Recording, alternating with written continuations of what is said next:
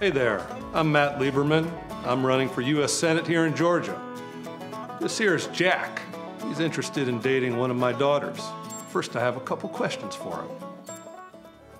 All right, does that ad look familiar? Democrat Matt Lieberman is running for Johnny Isakson's soon-to-be vacant Senate seat. He's spoofing one of Governor Kemp's old campaign ads where the governor questioned a young man interested in his daughter while holding a rifle. Lieberman's ad touts Democratic ideas. At one point, he asks about people buying military-style assault rifles, and the boyfriend says they should not be able to do that. You can watch the entire ad on 11alive.com.